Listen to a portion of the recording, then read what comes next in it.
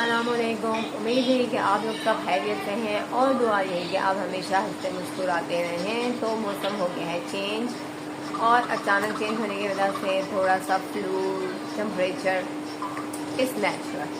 तो माशाल्लाह से मोहम्मद फरदान के बारे में मैं आपको बताऊं, ये जब पैदा हुए इनके बाल माशाल्लाह माशाल्लाह बिल्कुल इनके फादर की तरह थे, बिल्कुल स्ट्रेट और बहुत घने। उसके बाद काफ़ी टाइम के बाद इनके बाल ऐसे ही रहे। इनकी हमने माशाल्लाह से तीन हमने इनकी टिंगें करवाई। जब हमने तीसरी इनकी टिंग करवाई तो फिर उसके बाद इनके बाल जो हैं वो जब ज़्यादा बड़े हो गए तो इनके बाल बहुत ही कम हो गए। देखें, आपको इसके पैचेस नज़र आ रहे होंगे। तो इसके बाल बहुत घने थे, लेकिन मैं खुद हैरान हूँ कि ये ऐसे कैसे हो गया कि ये इनको मच्छर लड़ा था, क्योंकि ये बाहर शाम में वॉक करने गए थे और मोहम्मद हसीब भी आ चुके हैं। माशाल्लाह से ये शेयरिंग और केयरिंग हो रही है। ऐसे मोहम्मद फरदान करते नहीं हैं, बट अल्हम्दुलिल्लाह। मोहम्मद हसीब, क्या कर रहे हैं आप? सोए नहीं थे आप? शुक्र है मोहम्मद फरदान जो हैं वो अभी तक इनको पता नहीं चला कि मोहम्मद हसीब जो हैं उनकी प्लेट से खा रहे हैं, क्योंकि मोहम्मद हसीब तो माशाल्लाह से बहुत शेयरिंग और केयरिंग के फार्मूले पे पूरे उतरते हैं। और फरदान मूडी हैं, जब इनका मूड होता है ये लाजिम करते हैं और जब नहीं होता तो ये नहीं करते। तो इनके बाल जो हैं, इनके बालों के बारे में मैं आपको बता रही थी, इनके बाल जो हैं वो बहुत कम हो गए। और इसके बाद मुझे भी टेंशन रहती है। मेरे फादर के बाल बहुत ही सिल्की और बहुत घने माशाल्लाह से। पहले इनके स्ट्रेट बाल थे, उसके बाद काफ़ी टाइम के बाद इनके अब बाल जब आए माशाल्लाह, बाल इनके बड़े हुए हैं तो वो सारे के सारे कर्ल हो गए और इनके बाल काफ़ी कम हो गए। तो मैं इनको देख के बहुत टेंस हो जाती थी। फिर मैंने बहुत सारी सर्चेस की। अभी मैंने कहा अभी ये बहुत छोटे हैं तो इनके ऊपर कुछ भी अप्लाई करें तो इंशाल्लाह इफ़ेक्ट पड़ सकता है। तो मैंने घर में इनके लिए ऑयल बनाया और बहुत सा इंशाल्लाह उम्मीद तो पूरी है कि ऑयल यूज़ करने के बाद इनके बाल अच्छे हो जाएंगे। फरदान के बालों को लेके मैं बहुत ही परेशान थी, क्योंकि इनके बाल लंबे हो रहे थे और मुझे लग रहा था कि कम हो रहे हैं, लाइक हेयर लॉस में भी अल्लाह ना करे।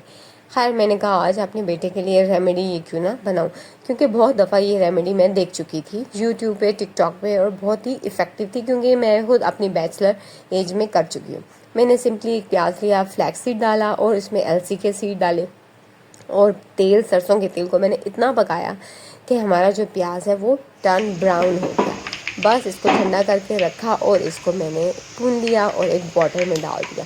अब सबसे मुश्किल जो मरला होता है, बच्चों को ऑयलिंग करना होता है। फरदान को किया कोको मेलन के साथ बिजी और उनकी की ऑयलिंग, क्योंकि ऑयलिंग तो हम लाजमा मलजूम करते हैं, लेकिन ख़ास तौर पे अब इस तेल की इनकी बेबी की मैंने स्टार्ट कर दी थी therapy treatment, you can say.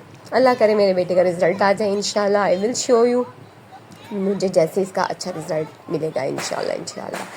तो फरदान और हसीब को तेल लगाना तो बहुत ही मुश्किल काम है, क्योंकि ये लोग टिकते नहीं और इनको हर हाल में हमें इंगेज करना पड़ता है। और इंगेज जाहिर सी बात है, बच्चों को मोबाइल से बढ़कर किसी भी चीज़ से हम इंगेज नहीं कर सकते। फ्लू मेरा बिगड़ रहा था और हमारा आज प्रोग्राम बाज़ार जाने का भी था। मैंने सोचा चलो आज अपने लिए कुछ ना कुछ कर लिया जाए। हालांकि ये मैं काम नहीं करती होती। सिंपली मैंने गर्म पानी लिया, उसमें शिफाए हैरत सिरप है, ये हम ऑनलाइन मंगवाते और अमेजिंग है। इससे एकदम से आपका गला, नाक खुल जाता है और अच्छा आपको सूदिंग इफ़ेक्ट होता है। खैर, मैंने पानी गर्म किया और उसके अंदर 2 चम्मच इसके डाले और इसको बहुत ही मुश्किल से पिया, क्योंकि मैं आपको ऑलरेडी बता चुकी हूँ कि मुझसे ये टोटके वाले काम नहीं होते। अगर सिरप रेडीमेड पीनी हो ईज़ी, अगर आपको मेडिसिन खानी हो लाइक टैबलेट खानी हो ईज़ी, लेकिन ये कहवे नुमा चीज़ें इट वाज वेरी डिफ़िकल्ट है। क्योंकि आज हाशिर के हमारा प्लान था शूज़ लेके जाने का और उनको भी हमें बाज़ार लेके जाना था, क्योंकि उनके नाप के बगैर तो शूज़ आ नहीं सकते थे। उनके जल्दी से ज़ख्म पे मैंने डाला स्पिरिट, क्योंकि उनकी ज़िद होती है कि आनी ही स्पिरिट डालेंगी, हालांकि मैंने कभी भी ये काम नहीं किया। तो हमारी तैयारी हो चुकी थी, फरदान को जल्दी से नहाइयाँ करवाई, हाशिर को तैयार किया और जल्दी से इनके बैग में डाली मैंने। एज़ ऑलवेज़ हमें ये करना पड़ा ब्रिज पार, हमेशा की तरह खाला जान फरदान की ड्यूटी निभाते हुए और फरदान की आंखें पोछे को देख कर ललकाती हुई। और मोहम्मद हाशिर हमेशा ही सीढ़ियों से उतरते हुए डरते हैं, और हमेशा से मेरा हाथ टाइट से पकड़ लेते हैं। इनको खबर नहीं होता कि पीछे लोग कितने इंतज़ार कर रहे हैं। बस ही दुकान पे पहुँचे और हाशिर साहब की थकावट शुरू। मोहम्मद हाशिर की आदत अपने छोटे चाचू की तरह है। उनको बाज़ार जाने का, बाहर जाने का बहुत ही शौक़ होता है, लेकिन जैसे ही बाहर जाते हैं, कोई भी जगह कोई भी चीज़ हो तो बस लेट जाएंगे या बैठ जाएंगे। इतना इरिटेट बंदा होता है, इतना थक जाता है, इतना तंग पड़ जाता है, क्योंकि इनको बार बार उठाना पड़ता है, हिलाना पड़ता है। और मोहम्मद फरदान एज़ ऑलवेज मोहम्मद हाशिर की एक्टिविटीज़ को देखते हुए। क्या चाहिए आपको फरदान? हाँ, आपने क्या लेना है? किसके लिए ले रहे हैं? हसीब भाई के लिए? किसके लिए ले रहे हैं? बाबा के लिए? हाँ, हसीब के लिए ले रहे हैं। वाह वाह सोना, ये हसीब की है और ये किसकी है? मामा की या खाला की? हाशिर की है। अच्छा, ये हाशिर की है। मौत सदके कर, ये हाशिर की है। और मेरे बेटे ने अपने लिए नहीं लेनी कुछ? अपने लिए नहीं लेना? अपने लिए नहीं लेना आपने? हाँ,